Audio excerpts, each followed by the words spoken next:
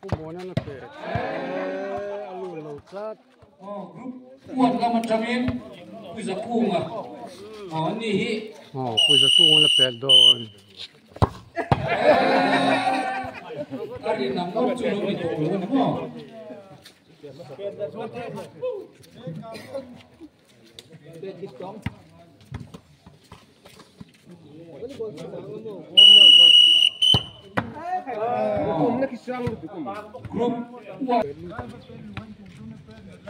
Văn Thiếm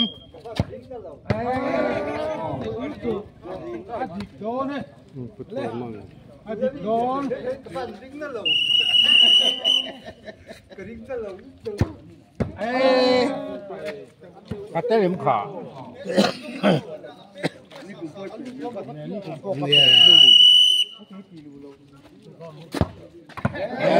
thầy khen dấu lỗ thì gặp liền bờ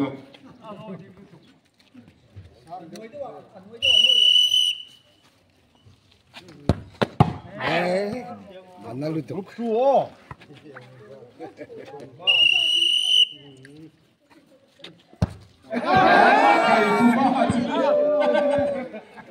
mystery lâu về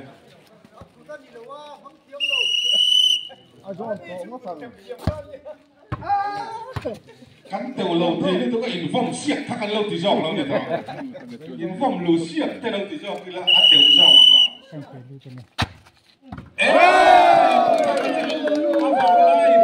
thì bao nhiêu tiền lấy lâu vàng này vàng cái gì bao với cả tao biết là thầy vàng này thì lòng thầy về nè anh cái mà hiền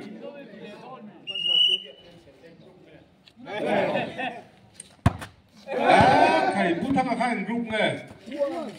group buồn thì với cả thằng tiêu tao quên lên mà anh đi vàng lại po kêu chính khăn nhé này em đi chẳng chết là cái này bị bê đàn tắc cái chuyện vậy thì nó sẽ chết luôn việc thế thì về đó các chuyện đều mà sẽ một con kẹp bóp bên lâu William đâu giảm thắc đấy bệt lưu lâu là liên tục khất chứ vàng lai em tìm khẩn thì chỉ khất ăn thì đâu lòng chút bọc xưa phút xe nè mà cô cũng lòng người thế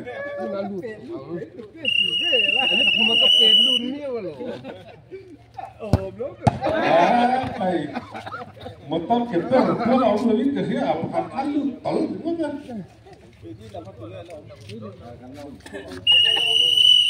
không biết ta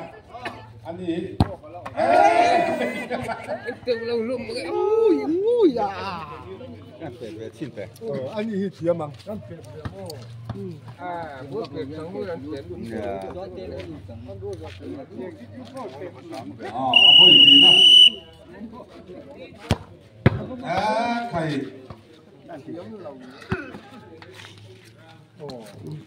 lâu vậy à bu lòng sao ấy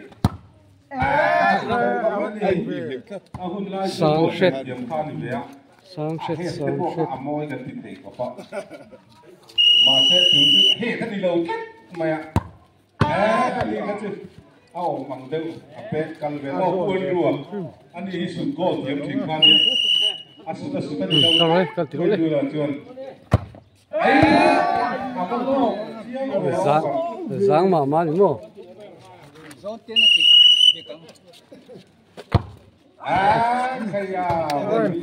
cái cái cổng chưa thì bùn dồn tè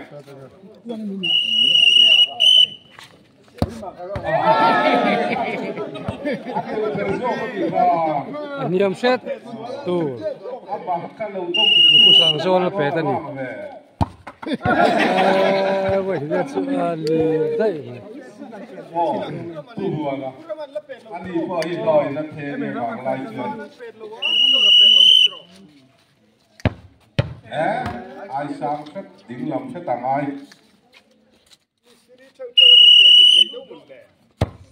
second hit te lo jok zel mai na tinge pura ma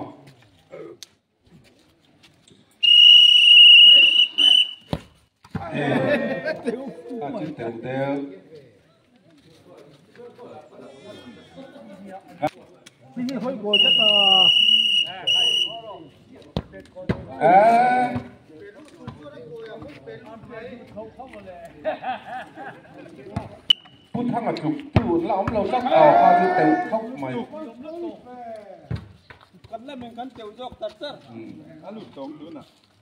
phút lúa lòng pha nắng tiểu dọc giảm chắc là này chưa lệ lòng pha ngắt tiếng này tiểu lòng dọc các bạn giảm chắc một tơ kẻ khác soi hết tên gì đâu mà phút pha là anh đâu coi vàng lai bẹt luôn tiêu anh đi bằng rồi kan phật dù mình lì đấy mà áp phép thỉ lên từ cái gì mi cái đứa chỉ trật trật cái thiếu cọc vậy á chúng nghe thì bật tắt cái chương chỉ trật trật khát nhiều này tiểu khóc vậy là chứ khá in thêm thiếu ông đàn nhá với khán giả tiểu lầu mà sẽ với đi na chứ tiểu dám thử được nhỉ chua mà sang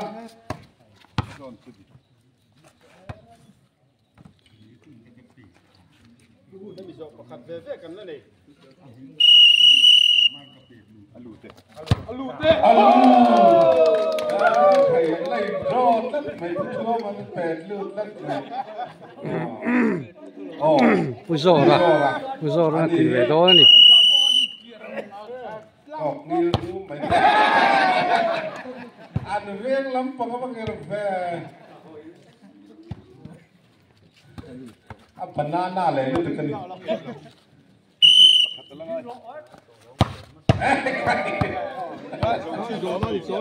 lệ lắm dầu chiên gì hôm nay hiền balloon in chút kẹt xiêm anh này lệ ta chu trăng yên